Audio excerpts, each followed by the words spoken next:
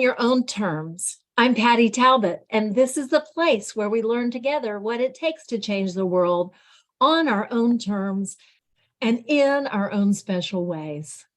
Today, I have the distinct honor of having with me another changemaker that I was fortunate to meet through heroic public speaking. Her name is Sixcia Devine. Her story is compelling and inspiring and moving, and she is the very definition of the folks that are served by heroic public speaking, because we're all there working to try to change the world one speech at a time. Sixcia has an inspiring message, but it's not limited to her powerful speech, which is indeed powerful. Her story of her homegrown roots is inspiring, and where she has come since her very beginnings may surprise you, but there's no doubt that it will inspire you. You won't want to miss a second of her story. I'll see you on the other side. Here is Sixcia Devine. I was raised in Rhode Island, the smallest state in the United States. The quick story goes like this. So both of my parents are from the Dominican Republic, and they decided to come to the United States for a few reasons, mainly because my mother couldn't have any children. So when she landed here in Rhode Island, she went through 6 procedures to have me. It took her 6 years. And finally, I was born in a year that ends with the number 6, but I'm not going to tell you what year that is, because you're going to be like, she either looks really good or she looks, exactly what her age is. And then my grandfather, who is very creative and innovative, he's the one that came up with my name. So he wrote the number 6 on a little napkin, SIX, and he brought it to my mother on my birthday. And he said, you need to give this child a name with number 6. And then he said, you also have to add the CIA because she's been so secret and hopefully she'll be intelligent like the CIA. So he merged the number 6 and the CIA together and gave me my name.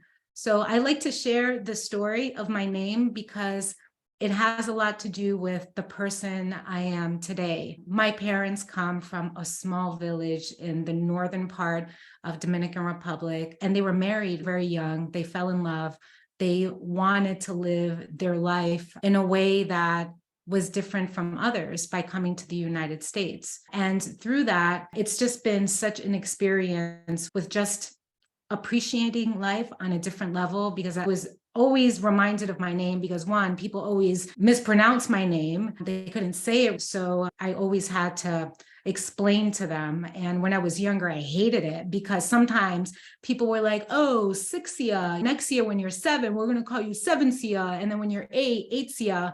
And then in high school and in college, it was like, what's up, sexy? It would replace the I with the E, which was fine. I was coming through the next chapter in my life. So it was always something about my name. As an adult, I really learned to embrace it because everybody's name has a root. Everybody has some kind of a story. The power of your name and how you became the individual you are through your parents, through your environment, through your upbringing, and the experiences that you've collected to be able to share with others. So in Rhode Island, I was raised in the inner city.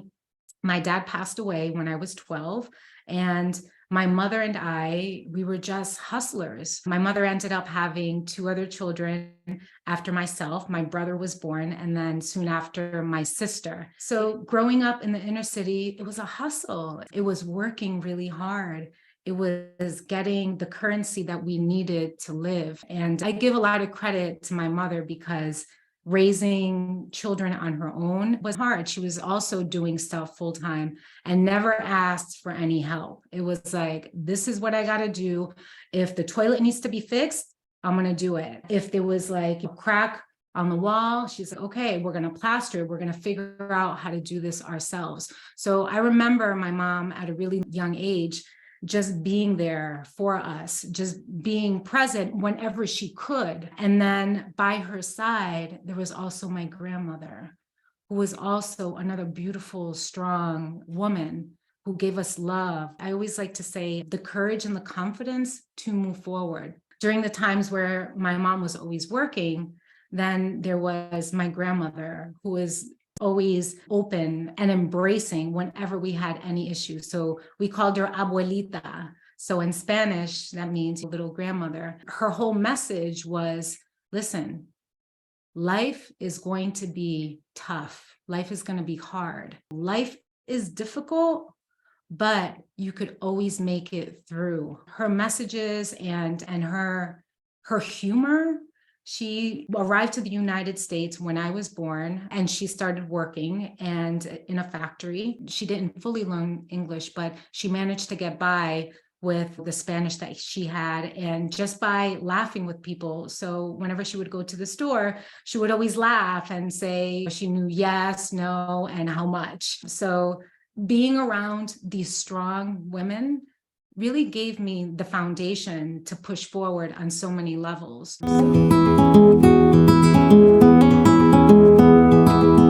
My big transformation came when I was admitted to the University of Rhode Island through an organization that helped inner city youth. So the organization that helped me to apply to college, they taught me a lot of the study skills, a lot of the thinking skills, a lot of the math skills that I didn't get in high school, because I didn't attend a high school where a lot of those things were taught in a way that I understood. There was just a lot of violence, a lot of shootings. Many of my friends ended up dying, getting pregnant, going to jail. One of my friends sold crack to my math teacher. And I'll never forget this. I was like, why? You're getting an A in algebra? How are you getting an A?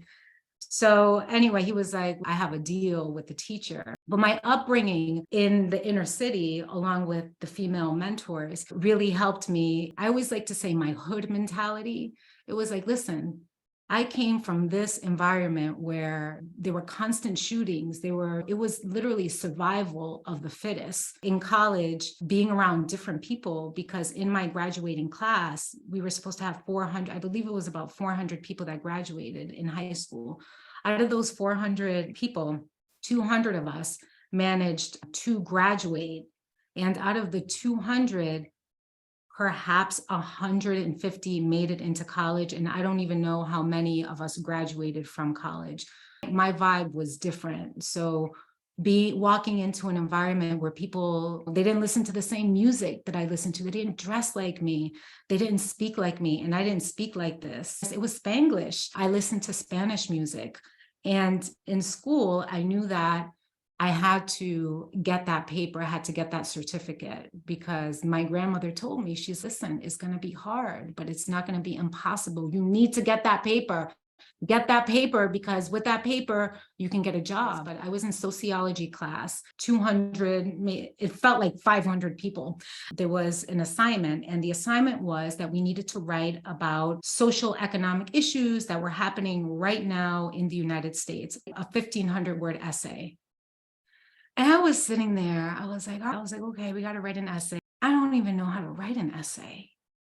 And so from there, I took my stuff and I went to go and meet with my mentor at the university that was assigned to me through this youth program that I was a part of called Talent Development. And he sits back. He's like, why don't you turn around and look out that window? And so I'm like, all right, what? What's that building called? And I said, I think that's the library. He's like, okay, this is what I want you to do. I need you to shut up and get to work. Why don't you go to the library and figure it out? And so I was like, but Frank, and he's no, you have options. You have opportunities. You can do this. So get up and get out and go figure it out. And that's exactly what I did. And so I taught myself how to write an essay. The beginning, the middle, the end, like a sandwich. Okay, I can do this. And I wrote it and I was so proud of myself. I submitted it. I got a C, which means yes in Spanish. I was like, I could do this. I figured out different ways of learning that suited my style. So then I would go into class and I would figure out what the goal was. So on the syllabus, it was like, okay, this is the goal. If it was to do research or to write, I figured that out. And sometimes when the teacher was speaking, I didn't fully understand, but I knew what my goal was. And then from there, I figured out my own strategy, which was just to learn on my own and to simplify the way that I was learning things. It was all about taking action. So there were three things that I had created. It was a philosophy and it was a style. And it was, number one, what is my vision, which is what is the goal that I'm looking to achieve? Number two, what is the strategy? What's the plan? What's the approach that I need to take in order for me to reach this goal? And finally, it was about acting. It was about taking action. So vision, strategy, and action. And I used that throughout my university life. I became president on my debate team because I learned that same mentality, which helped me to speak better. It helped me to do research on my feet, and also the confidence I needed just to get up and share my ideas. After I graduated school, I graduated with a bachelor's in communication and Spanish, a dual degree, and a minor in international development. This is cool. I think I want to take it up a notch. I want to go to grad school, but I was like, how am I going to pay for grad school? So I had learned that if you get a job at a school, you only pay a certain percentage of your degree. What's the best school out there? And that's Harvard. I thought, you know what? I'm going to figure out who to talk to because my goal is to get a job. My goal is to go to school at Harvard. So I ended up finding somebody's name online. So it was when computers were still slow, but now it was the day and age where we could do research. I found somebody's name and I called them and I introduced myself. And it was a director of the leadership department. And he was baffled. First of all, how did you get my name? And I said, I found you. And he's, second of all, it takes a lot of guts to pick up the phone and to call a director of the department. And I said, thank you. And we had rapport immediately. And he said, you know what? I like you. This is what I'm going to do. I'm not hiring. I know somebody at the HR department. I'm going to send them your name. I want you to call them and tell them that you spoke with me. And so I did. I didn't really believe him. I'm like, okay, fine. Thank you, Mr. Jones. That wasn't his name, but I was like, okay, thank you, Mr. Jones Smith.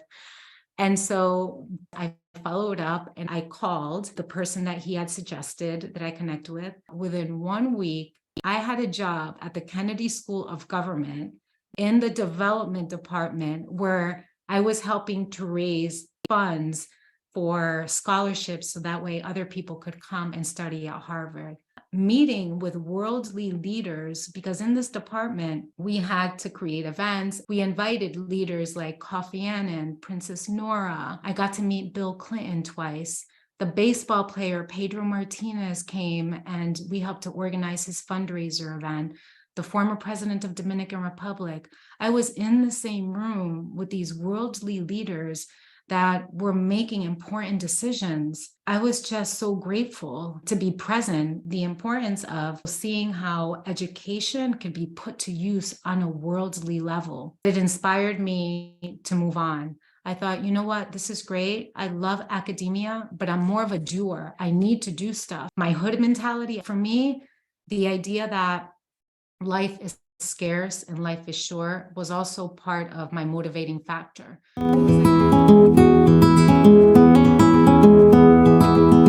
don't know if I'm going to be here tomorrow. And sometimes when I would cross the street, and it was part of my PTSD that now I realize I didn't know if I was going to get shot. I literally had to go like this, look back and forth and move on. But I was like, I could die at any moment. And that's still true today, which also helps me to stay focused on doing the kind of work I'm doing. So then I decided I want to travel and I still want to learn. So I ended up going to Paris and I started another graduate program at a university. And that was a fantastic experience for me to be within another culture. I had studied abroad already in Spain when I was doing my undergraduate work. But then when I got into this graduate program in Paris, that was another vibe altogether. And I decided that starting another graduate program in another country, it wasn't really for me. I ended up coming back to the United States and then I figured, you know what, I'm going to start my own business where I would teach people how to speak Spanish on a weekend. learn Spanish, experiential education, learn about the culture, the language by connecting with people. It was a fantastic program called Speak Now Spanish. And word had gotten out that I had started this company. And then this organization who helped other women start and grow businesses, they reach out to me and they say, we would love for you to come and teach other people how to start businesses. And I'm thinking, I'm doing right now. I'm just doing it. Like, I'm just trying to help people, trying to teach people. So I accepted the offer, and it was at the Center for Women in Enterprise. In this chapter in my life, I was still running my side hustle. And then at the center, women would come to me and they would share with me their stories about transformation and about the reasons why they were starting their businesses. Many of them were going through a traumatic loss. They had lost their partners, they had lost their jobs, they had lost people in their lives, and they knew that it was time for them to start a business. So they would really open up about their reasons and purpose. And then from there, what I would do was I would help them take their vision and put it on paper, help them create a strategy, and then from there, help them take action. I would take these women and we would help get these women financing. So I would go with them and I would speak on their behalf. And also just in meetings, if they weren't able to share their ideas, then I would help them to do that. When somebody is so passionate about doing something, it is possible to do it. But it's much faster if you have support, if you have somebody behind you. And that was me. I was pushing them forward and I was giving them the resources they need in a quick way. It wasn't that they needed to go to a university or to take a one-year program. It was in 6 weeks that I would help these women do that. And so I learned so much about business, about speaking, about economic development. And throughout this journey, I was then recruited to work at a university. When I was working at this university as a director, I had the opportunity to figure out, okay, now that I'm here in this life during this chapter, I feel like it's now time for me to move on. I had gotten my certificates to make my abuelita proud. I was like, look, abuelita, I'm like, I got my certificates. I was in newspapers. I was living that bougie lifestyle. I had the car, I had the house, I was married, I had a son. And this is not fulfilling for me. This is just stuff.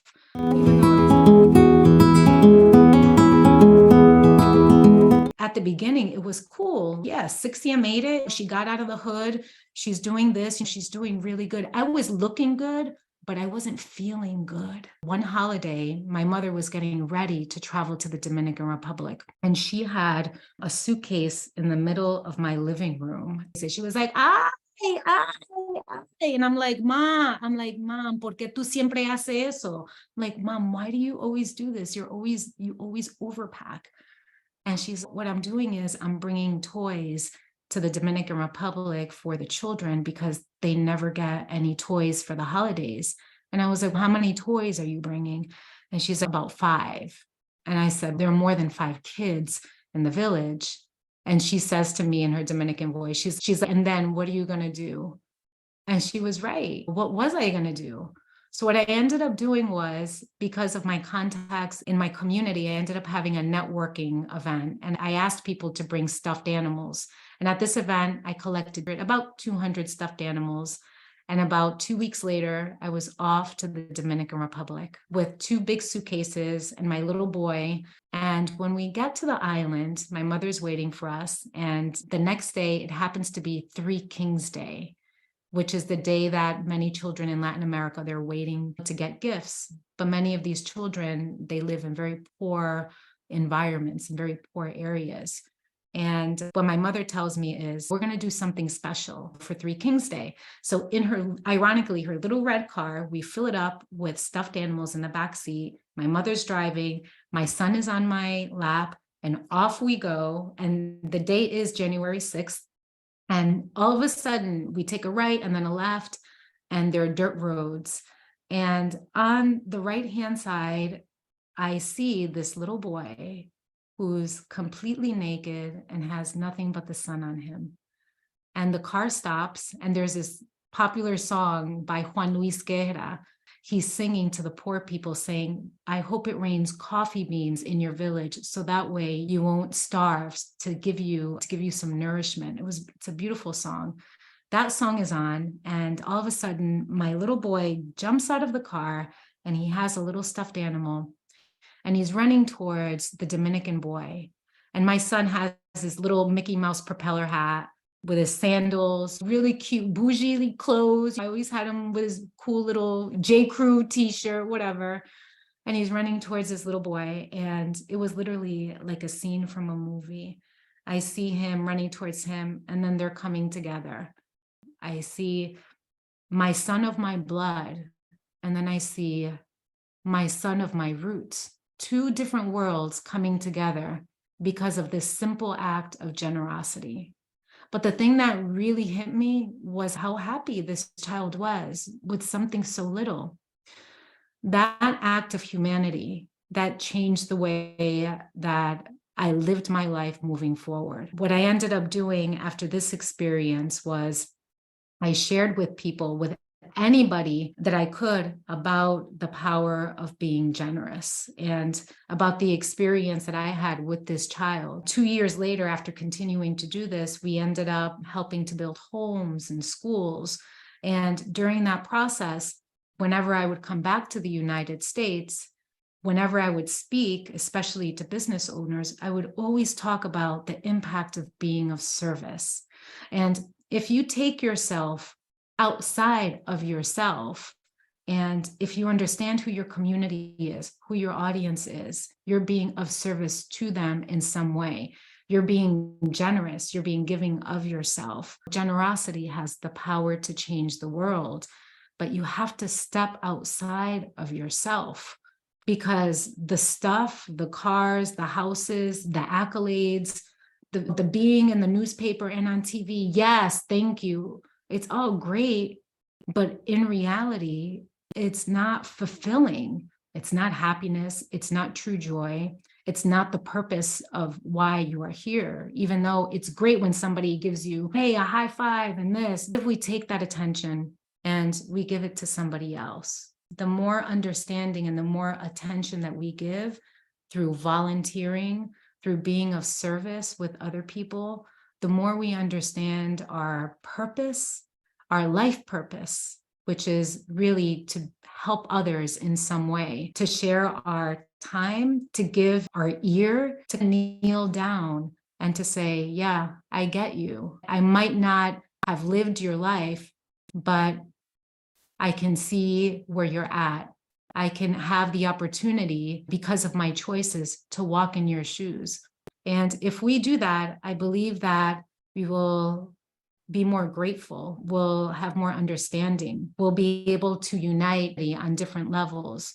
So after that experience, I decided that I wanted to do this for the rest of my life, to bring communities together, to create opportunities where people could collect stories, they can collect memories and friendships. So that way, when they return back home to the United States, they'll be able to share their experiences and have a different way of looking at life. So right now, what I am doing in this next chapter in my life, I've started a program through the organization called Carlita Smiles, called Take a Trip, Change a Life, because we take people from the United States to developing countries and we unite them with real experiences where they're connecting with different people.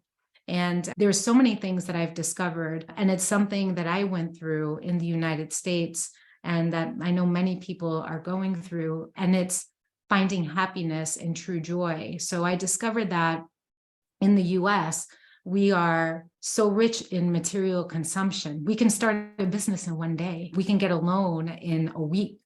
And so we're so rich with resources, but I also believe that there's a certain type of malnourishment that we have, and that might be a spiritual malnourishment. It might be malnourishment that exists within us that we can't really identify. And within developing countries, there's also malnourishment, but it's more malnourishment of food, of healthcare, of the resources. And then there's a richness. There's this currency of humanity that exists within communities that are very poor economically, but they're very rich on a human level. And when we bring these two communities together, there's a transformation, and there's lived gratitude, where each community learning and growing and connecting within themselves through other people. And right now we are on trip number 25. People that might be going through transformation in their lives, that are looking for clarity, that are looking for well-being. And we are connecting them with service projects. And on the island, we also do eco tours. We also teach people a little bit of merengue because that's part of our culture. We teach people the gastronomy, the food that we eat. There's also a lot of art that we create with the communities, mainly with the children. It gives people an opportunity to really experience life on a different level. The idea that you could do something so small, like be of service, could have such a tremendous impact and ripple effect on the communities that we're serving, but also within ourselves, is life. I feel that this path that I'm on, it has been hard to run a nonprofit organization, but I always go back to what my grandmother said. It may be hard, but it is not impossible. And then seeing the happiness, the harmony that exists within other countries who have materialistically nothing, but have so much, it's changed me. My mission is to be the catalyst, to be the voice, where I'm telling people that, hey, you could do something so small that can have an impact. We've saved lives. We've helped women pay for their cancer treatments in Dominican Republic. We've built many homes. We've built schools. The travelers from the United States that have traveled with us, they also give us credit for saving their lives. Many people have been on the brink of losing themselves until they travel with us and they discover that there's a new way to live. There's a new way to look at life.